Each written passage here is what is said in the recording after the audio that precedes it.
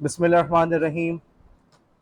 Lecture number 30, Monday, अक्टूबर 6। सबसे पहले हम बात कर लें थोड़ी सी रिकैप के हवाले से।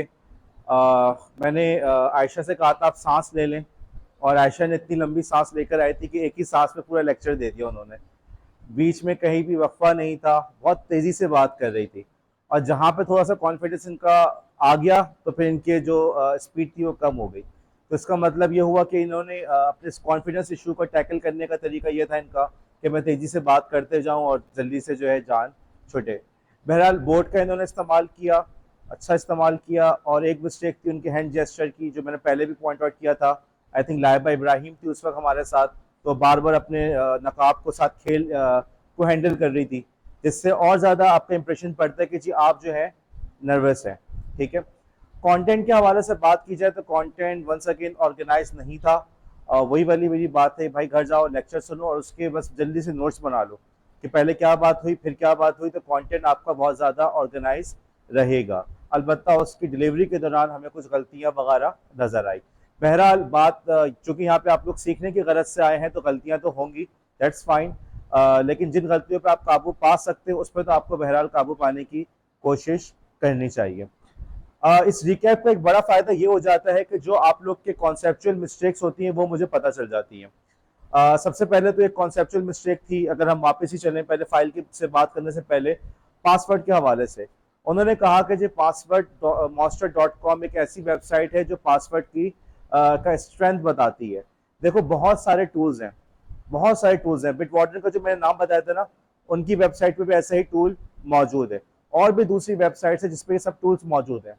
एक और मजे की बात तुम्हें नजर आएगी, जिस वेबसाइट पे जाके जो लिखोगे ना, एक वेबसाइट बोलेगी 5 मिनट, दूसरी बोलेगी 2 महीना। ऐसा भी हो जाता है। क्यों? क्योंकि इन टूल्स को बनाने वाला कौन है? हम जैसे इंसान। मुमकिन है उसको उसके बनाने के अंदर कोई गलती हो गई हो। तो इसीलिए मैंने कहा था कि आंख बंद करके यकीन मत करना कि ये पासवर्ड अगर 13 सेंचुरी तक ब्रेक नहीं हो सकता तो तुम समझो कि ये रिलायबल है। ऐसा जरूरी नहीं है। फिर एक सवाल आया, यार एक काम फिर आप लोग खिड़कियां खोलें और जो माहिन खिड़की भी खोलो। और जो ये बार बार खिड़की बंद हो रही थी यार, कोई इतना बड़ा इशू नहीं है, थोड़ी सी सुतली होती है, डोरी होती है, लेकर आके बांध दो। कौन सा इतना मसला है? जरूरी तो नहीं कि हम जो है प्रिंसिपल साहब का वेट करें कि प्रिंसिपल साहब आएंगे उसको कोई मसला हल करेंगे। हबीबा, शबीना, खोलो, थोड़ा सा इस मसले को हल करो। हर दफा यही होता है कि खिड़की बड़े जोर से बंद हो रही होती है। आप लोग अपने तौर पर भी इस मसले को रिजॉल्व कर सकते हैं। खिड़कियां बंद करो तो हब्स होता है, और खुली रखो तो बार बार जोर से बंद होती है। अच्छा, अब यहाँ पे गलती हुई, और आप लोगों ने जो सवालात पूछे थे अगर चाहें तो रिपीट भी कर लीजिएगा। पासवर्ड के हवाले से गलती हुई कि ओटीपी क्या है। ओटीपी है वन टाइम पासवर्ड, जो कि टाइप है किस चीज की? 2FA की टाइप है। बात समझ में आई? तो ये अगेन यहाँ पे डिलीवरी में गलती हो गई कि ओटीपी होता है, 2FA होता है। भाई आगे चल के वक्त के साथ साथ जैसे जैसे लोग ऑनलाइन आते गए तो वो भी ये चाहते हैं कि चीजें ज्यादा से ज्यादा सिक्योर हो। चीजें ज्यादा सिक्योर होंगी तो लोगों का एतमाद होगा, लोगों का एतमाद होगा तो वो इसको यूज करेंगे। तो उन्होंने एक तरीका निकाला 2FA का। आज से पहले क्या फिंगरप्रिंट स्कैनर इतने आसानी से मिलते थे कि मोबाइल में मिल रहे हैं? कभी सोचा था? नहीं था। आपके लैपटॉप्स के अंदर मौजूद है। साथ ही साथ फेशियल रिकॉग्निशन। अगर आप 90s की मूवीज देखें तो उस जमाने में ये चीजें एक साइंस फिक्शन समझी जाती थी कि दरवाजे में दाखिल होने के लिए वो अंगूठा लगा रहा है और उसको दिखाया जाता है बहुत एडवांस टेक्नोलॉजी है। या कैमरा जो है आपका चेहरा रीड कर रहा है, शकायना, और वो चेहरा रीड करके बता रहा है कि आपकी तवज्जो, आप कौन है। अब ये चीजें कहाँ पर है? आपके अपने लैपटॉप्स में। मिस्टर गुप्ता के लैपटॉप के अंदर ये चीज मौजूद है, वो फेस स्कैन करके उनका खुल जाता है। तो ये चीजें कितनी आम होते जा रही हैं। अब वो एक और नई चीज लेकर आ रहे हैं, बायोमेट्रिक आइडेंटिटी, कि यार आपकी फिंगरप्रिंट से वेबसाइट खुलेगी, आपके चेहरे से वेबसाइट खुलेगी। तो वो चीजों को पहले से बेहतर और आसान बनाने की कोशिश कर रहे हैं। तो रास्ते में बीच में सनेहा उन्होंने एक रास्ता, एक चीज निकाली, 2FA, टू फैक्टर ऑथेंटिकेशन। उन्होंने कहा दो चीजें होनी चाहिए, सिर्फ पासवर्ड नहीं। पासवर्ड वो चीज जो आपको याद है, जो आपकी नॉलेज में है, और दूसरा फैक्टर वो चीज जो आपके पास है, जैसे आपका मोबाइल फोन। तो उसका एक तरीका, उसमें उसमें से बहुत सारे तरीके हैं।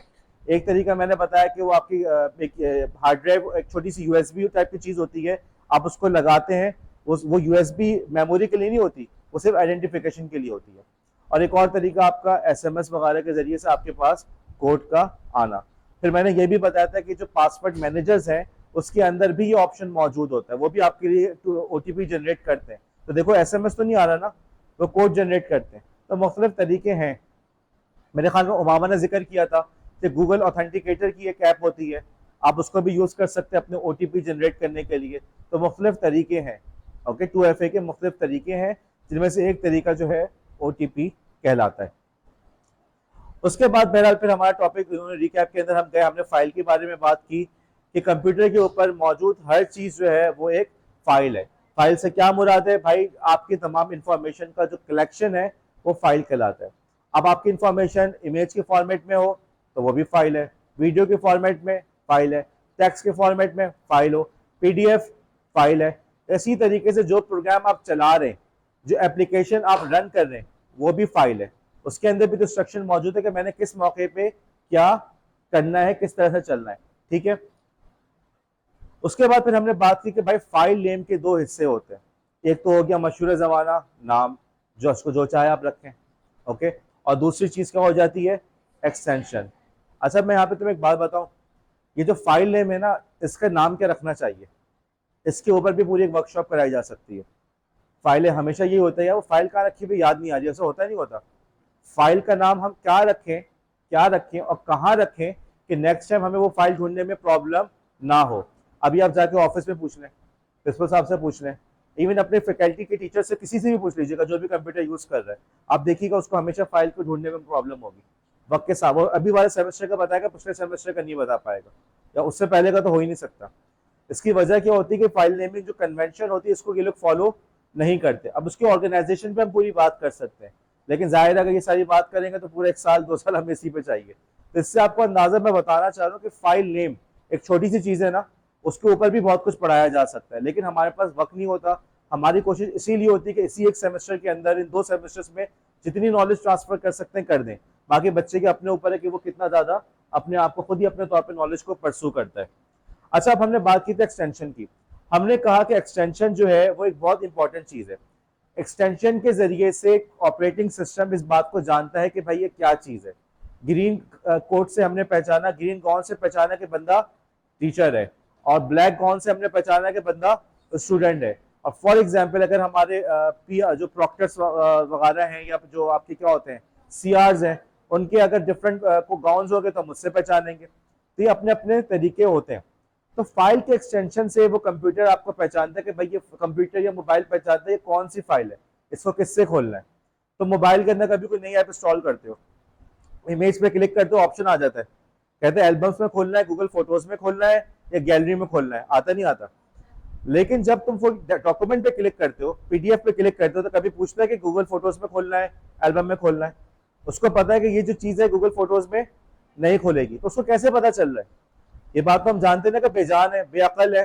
तो उसके अंदर हमने ये शऊर कैसे पैदा किया शीजा, फाइल एक्सटेंशन से।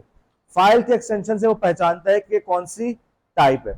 तो आखिर के जो 3 हरूफ होते हैं ये बहुत अहम होते हैं। अब ये चीज तुम्हारे लिए भी अहम है। तुम्हारे पास कोई फाइल आए तो तुम उसको खोलने से पहले उसके 3 हरूफ को पहचानो। कोई सा भी सबसे अच्छा एंटीवायरस कौन सा है, तो आप खुद सोचे कि मैं किस पे क्लिक कर रहा हूँ। अच्छा, इस बात का मतलब ये नहीं है कि मैंने एंटीवायरस इंस्टॉल नहीं करना, ये मत कह रहे मेरे दिमाग बहुत अच्छा है, ओके, मैं जो रोजाना ये वजीफा पढ़ता हूँ जहन बड़ा तेज है, ऐसा नहीं है। आपको एंटीवायरस वगैरह की जरूरत है, लेकिन आपने अपना जहन भी इस्तेमाल करना है। तो फाइल के आखिर के 3 हरूफ से आप पहचाने कि भाई ये क्या है। अब यहाँ पे सवाल होता है कि सर ये 3 हरूफ ही होते हैं क्या, हमेशा 3 हरूफ की का फाइल एक्सटेंशन होता है? ऐसा नहीं है। फाइल का जो 3 नेम का एक्सटेंशन था ये किस जमाने में होता था अब्दुल रहमान, किसमें? बड़ा होशियार है, 2000 से पहले जी। अपने सर मेरी पैदाइश से पहले, शुक्र है ये नहीं बोला। राबिया नहीं पता, अलिशबा तुम थी तो क्लास में नहीं थी। बिस्मा का है, बुशरा बोलो। डॉस के जमाने में, डॉस, ओके, डॉस के जमाने में ऐसा था। अभी भी आपके कंप्यूटर में डॉस चलती है, कभी लैब में मौका मिला तो दिखाऊंगा। डॉस के जमाने में ऐसा था, डॉस के जमाने में DOS ये पहला ऑपरेटिंग सिस्टम था। बहरहाल डॉस के जमाने में ऐसा था कि जो कि उसमें फाइल का एक्सटेंशन से 3 हरूफ तक कैद होता था। ये कैद कहाँ खत्म हुई? विंडोज 95 और बाकी फिर विंडोज 2000 वगैरह में तो बिल्कुल आम हो गया ये, ठीक है, कि 3 से भी ज्यादा का एक्सटेंशन होने लगा। तो बुनियादी तौर पर डॉस की चीज थी जो चलते हुए आ रही थी। आपसे कोई पूछेगा तीन फाइल का एक्सटेंशन कहाँ से आया, तो डॉस कहना है, ओके, विंडोज 95 वगैरह नहीं कहना, ओके। अच्छा, तो अब ये 3 का जो एक्सटेंशन है आप लोग वाकिफ हैं, लेकिन अब वक्त के साथ साथ चीजें बेहतर हो गई, अब 4 भी हो सकता है। अब यहाँ पे एक रिकैप के अंदर एक गलती हुई कि डॉक को हम डॉक एक्स भी कहते हैं, ये थोड़ी कहता, ये कहा था ना, ये जुमला उनका ये था कि डॉक को हम डॉक एक्स भी कहते हैं।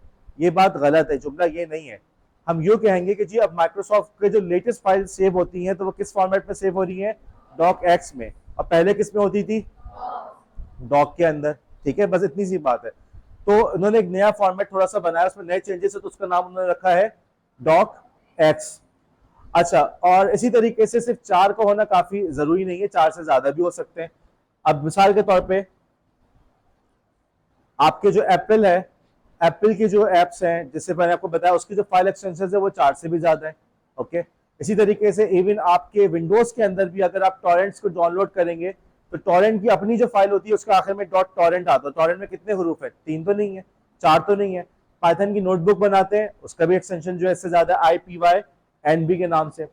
और इसी तरीके से फॉर एग्जाम्पल हमने ये भी देखा था कि बाज दफा 3 से कम भी होता है, जैसे .ai, एडोबी इलस्ट्रेटर की फाइल जो होती है, ओके।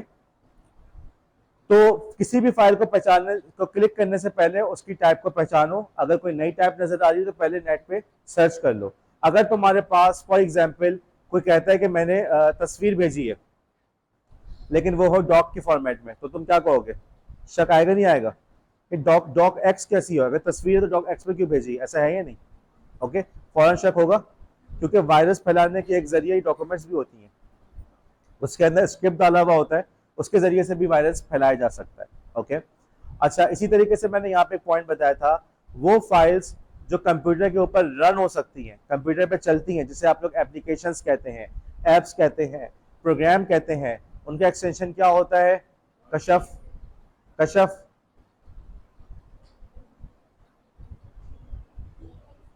EXE, मुंह ऐसा खुला हुआ था जैसे।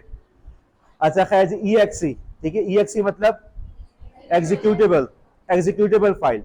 और जब यही फाइल मोबाइल पर आती है तो आयशा लोधी उसका एक्सटेंशन क्या बन जाता है? क्या बनता है?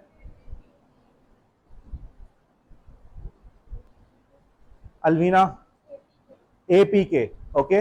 ये APK हो या एक्जी हो, दोनों एग्जीक्यूटेबल फाइल है। एक्जी कहां पे चलेगा? विंडोज में। एक्जी कहां चलेगा? विंडोज पे। और APK कहां चलेगा? मोबाइल पे। और दूसरे भी ऑपरेटिंग सिस्टम से उनका अपनी चीज है। बहरहाल बात तो इतना समझ में आ जाए तो ये भी बहुत है। अब अगर आपके पास कोई बंदा कहता है कि यार ये कंपनी है, इस कंपनी का मैं तुम्हें प्रोफाइल भेज रहा हूँ, इसको तुम खोल के देख लो, उसमें पूरा कंपनी का प्रोफाइल मौजूद है, और फाइल का नाम है for example Alvina school, Alvina school for special kids, okay, special children .APK, क्या करोगे फातिमा?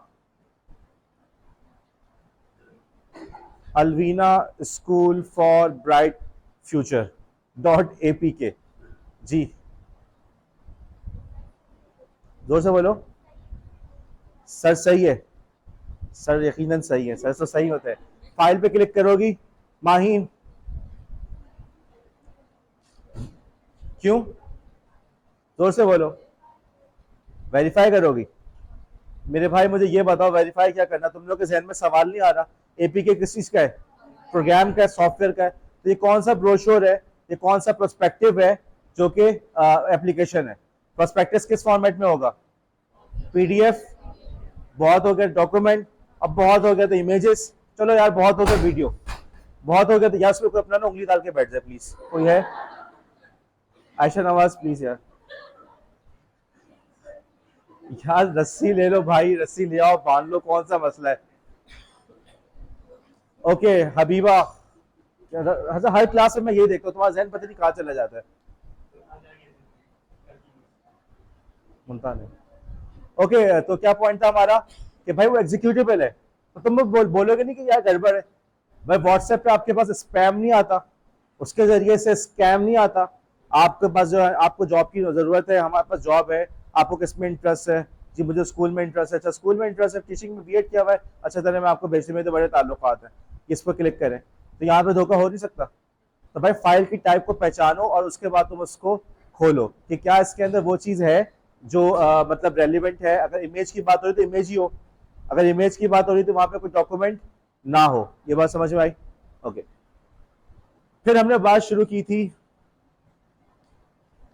हमने बात की कि भाईजान हमारे पास एक छोटा सा तस्वीर है 4 किलोबाइट, बहुत छोटी तस्वीर है। क्या होगा अगर हम इस तस्वीर को बड़ा करें? तो हमने कहा कि तस्वीर पिक्सलेट हो जाएगी। ओके, तस्वीर पिक्सलेट हो रही है जो हमें नजर आ रहा है।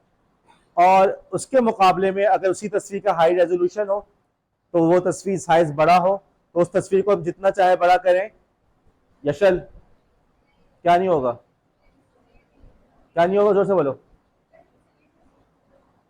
पिक्सलेट नहीं होगा, बड़े साइज की है। अलबत्ता ये डिपेंड करता है कितना बड़ा कर रहे हैं। यशल जो है फौरन उसने आखिरी पे जब मार दी कि सर अगर हम जो है उसको बहुत बड़ी दीवार पे लगा रहे हैं तो वो पिक्सलेट हो जाएगा। ओके, उसके मुकाबले में हमारे पास कुछ ऐसे इमेजेस होते हैं जिनको हम जितना चाहे बड़ा करें वो वो पिक्सलेट नहीं होते। ओके, तो यहां से हमें पता चला कि हमारे पास दो इमेजेस की टाइप है। कुछ इमेजेस ऐसे हैं जिनको हम जितना बड़ा करते हैं तो रेजोल्यूशन पे डिपेंड करते हुए वो बड़े छोटे हो सकते हैं, और उसके मतलब पिक्सलेट होते हैं और पिक्सलेट नहीं हो सकते। और कुछ ऐसे हैं कि जिनको मतलब जितना चाहे बड़ा कर लो वो पिक्सलेट कभी भी नहीं होते। अब इस बेसिस पे जो हमारे पास तस्वीरों की दो टाइप है, तो पहली वाली टाइप जो पिक्सलेट हो जाती है उसका क्या नाम है गुले फातिमा?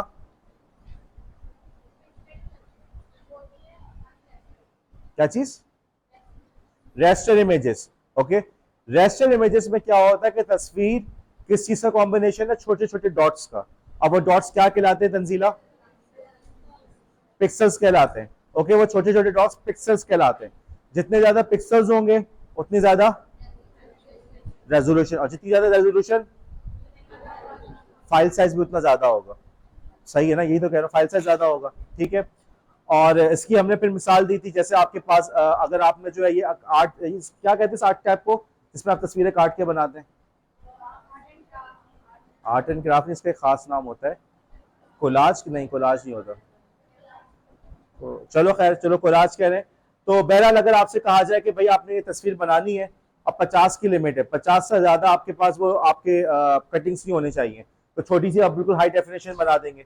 लेकिन अगर उसी 50 की मदद से आपने पूरी दीवार को कवर करना है तो पता चलेगा कि वो डॉट्स जो आपके टुकड़े हैं वो खास तौर पे हमें, स्क्रैप्स जो आपके होंगे वो खास तौर से नजर आएंगे, और उसकी वही वाली बात हो जाएगी, तस्वीर फट रही है, ये तस्वीर पिक्सलेट हो रही है।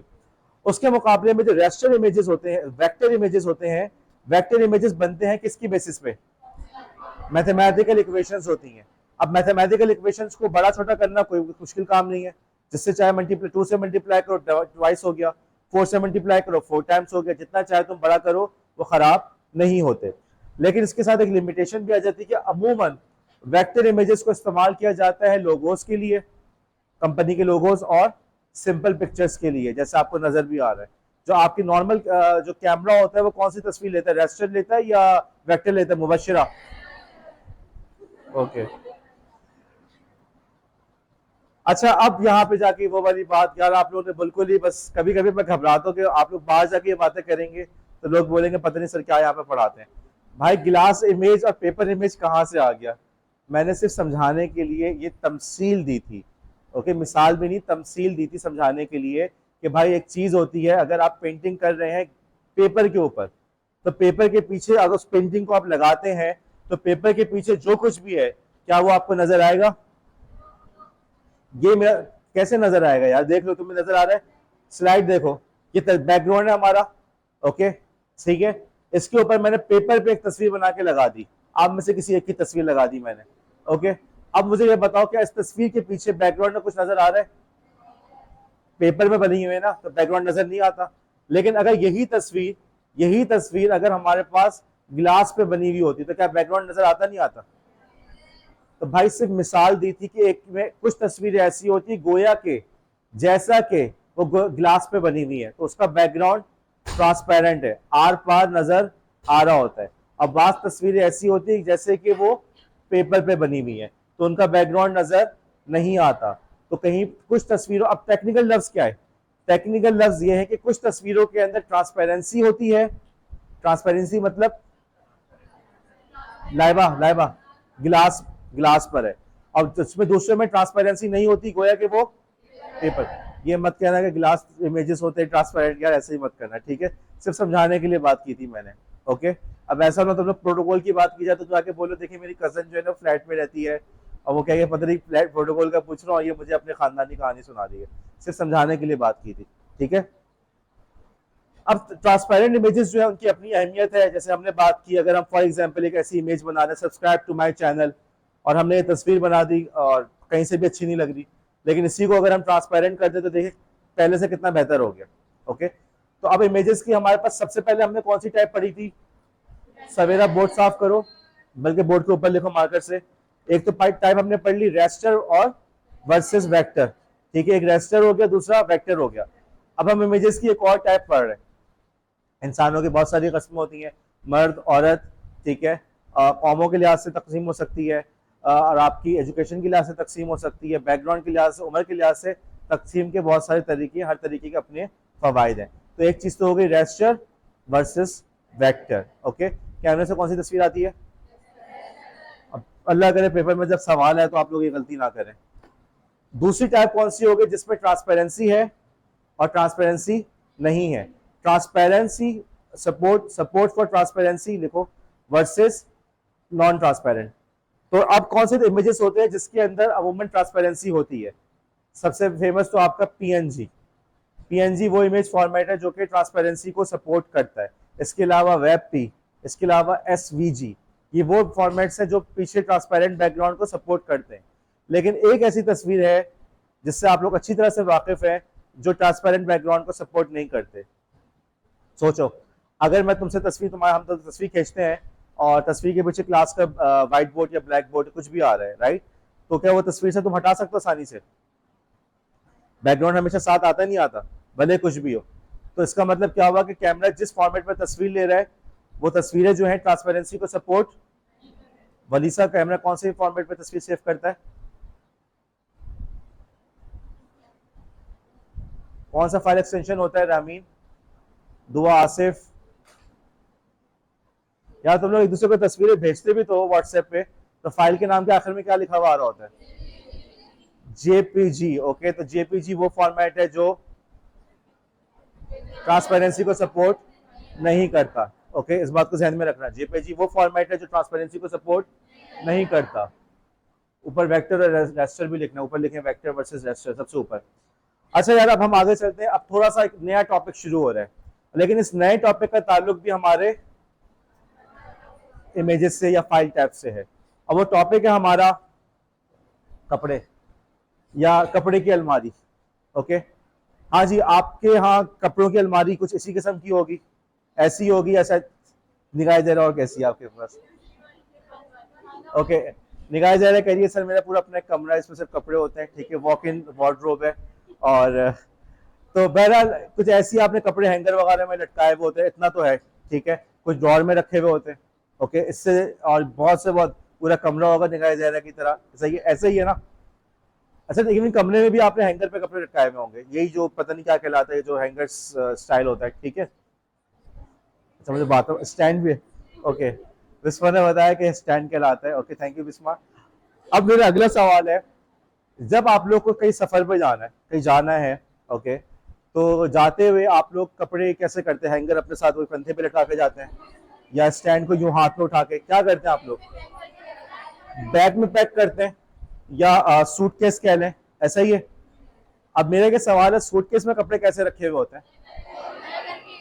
फोल्ड करके, फोल्ड करके नहीं, बिल्कुल उसका निचोड़ के, उसका पूरा दम निकालते, उसका पूरा गला दबा के जगह बनाते हैं, ऐसे नहीं करते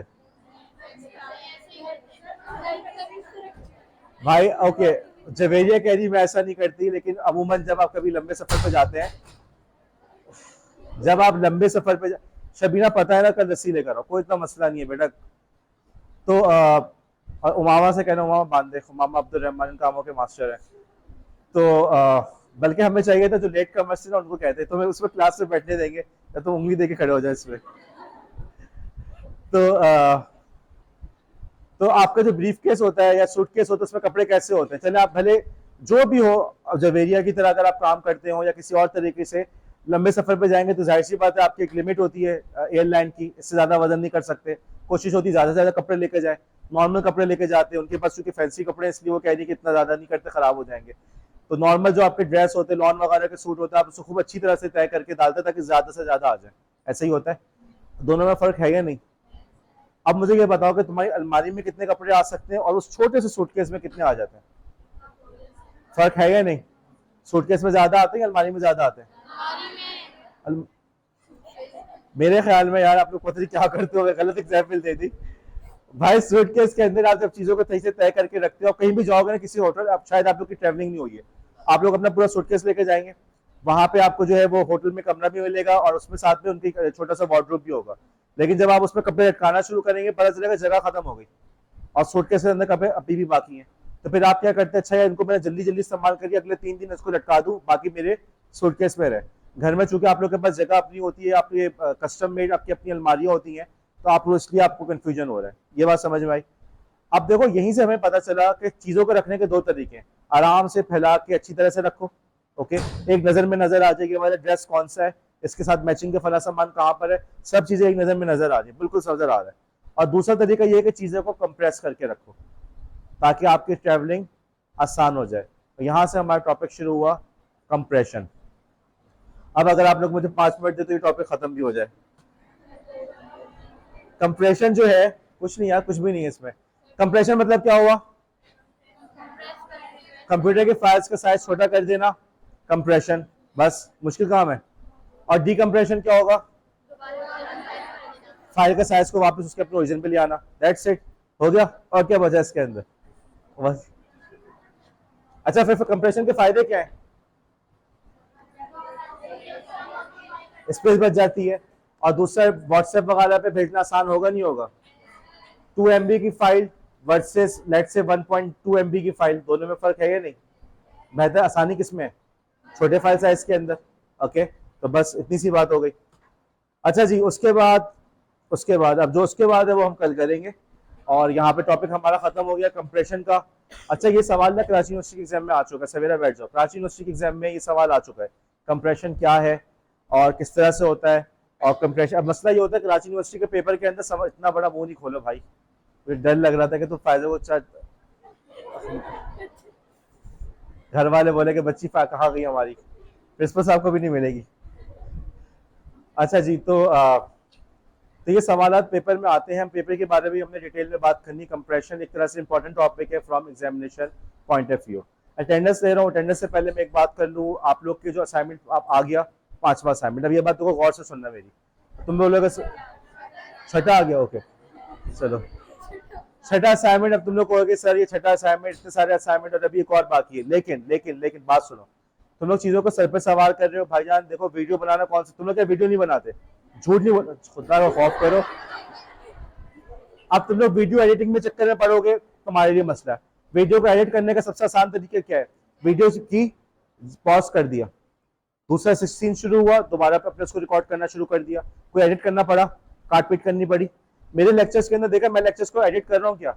मेरे लेक्चर्स के दरमियान गलतियां भी होती है, इवन जो मेरी उस वाली वीडियो थी नेट कैट वाली सिस्को की, जिसमें उसमें मेरी गलतियां भी हुई हैं, मैंने कहा एडिट करके दोबारा अपलोड किया नहीं, मैं बैठा सामने, तैयारी की जितनी थी जैसा था बस शुरू कर दिया, बिस्मिल्लाह।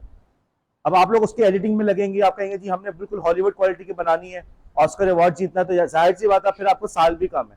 सीधा सीधा वीडियो बनाओ, घर वालों को बैठ के पढ़ाओ, बस सही है, दैट्स इट। मकसद क्या है कि यार आप लोग को मोबाइल के वीडियो वगैरह के टूल से आगाही हो, आप लोग को ये टूल्स को यूज करना आ जाए। हाँ, चीजों को सर पे सवार करोगे, परफेक्शन के चक्कर में पड़ोगे, इस चक्कर में तुम लोग काम नहीं कर पाओगे। दूसरी बात उसमें मैंने ये कहा कि आपने एक स्क्रिप्ट लिख के देना है। अब तुम बोलोगे स्क्रिप्ट सर कैसे लिखते हैं? सर मुमताज को बुलाएं, वो हमारी वर्कशॉप कराएंगे स्क्रिप्ट के ऊपर। भाईजान अगेन हमने आपसे कोई सास बहू का ड्रामा नहीं लिखवाना, आपने सिर्फ इतना लिख दिया, लेट्स से कि सर मैंने टॉपिक चूज किया है पासपोर्ट मैनेजर, उसके अंदर मैं 5 पॉइंट्स को कवर करूंगा, बस हो गया। ये वही वाला जो मैंने कहा था ना, 1 पेजर बना के लेकर आया करो, कहा था मैंने, तो ये वो 1 पेजर आपने गूगल डॉक्स पे बनाना है। अब मैं बीच में तुम्हें क्यों कह रहा हूँ, तुम्हें इसकी डेडलाइन डिफरेंट रखी है, मुझे पता है कि तुम सबके अक्सरियत जो है ना वो इम्तिहान से एक दिन पहले बैठ के काम करेगी, ये मैं देख चुका। अभी वहां पे पिछले सेमेस्टर में बच्ची फेल हुई है, पूरे सेमेस्टर चीखता रहा कि देखो तुम असाइनमेंट नहीं करोगे, पास नहीं करूंगा नहीं करूंगा। वो खातून बैठी आखिरी दिन करने, जो जिस वेबसाइट पे असाइनमेंट करना था, चूंकि उसने एक साथ सारा काम करना शुरू किया, उसने कहा ये कौन आ गया, लगता है कोई स्पैमर है, उन्होंने उसका अकाउंट ही ब्लॉक कर दिया। अब वो बैठ के जो रो रही है प्रिंसिपल साहब से, कह रही मेरा अकाउंट ब्लॉक हो गया। भाईजान मैं तो तुम्हें शुरू दिन से कह रहा था ना काम करना, तुम लोग पहले दिन से काम करो। देखो तुम्हारा अभी 2 क्लासेस नहीं हो रही, रिजवान साहब नहीं है, मोहम्मद रिजवान साहब नहीं है, और भी चीजें हैं, तुम लोग काम करो, खत्म करो। अभी तक देखो सिर्फ अब्दुल रहमान ने जो है ना सिस्को वाला कोर्स कंप्लीट किया, 6 घंटे का कोर्स था, चलो 6 को 12 कर लो, 12 घंटे का कोर्स था। अब अब्दुल रहमान ने कर लिया और तुम लोग नहीं कर सके, इसका मतलब क्या हुआ, अब्दुल रहमान बहरहाल एफर्ट पुट कर रहा है। अब्दुल रहमान की क्वालिटी मुझे पसंद आई है, मुस्तकिल मैं उसको डांटता भी हूँ, उस पर तंज भी करता हूँ, मजाक भी करता हूँ, लेकिन अब्दुल रहमान मुस्तकिल जो है अपने अंदर इंप्रूवमेंट लाने की कोशिश में लगा है। उसने पूरा सर्टिफिकेट भी करके भेज दिया, उसको मैंने बोनस मार्क्स भी दिए, बल्कि आप लोग से ज्यादा दिए, आप लोग के शायद अब उतने ना आए जितने उसके आए।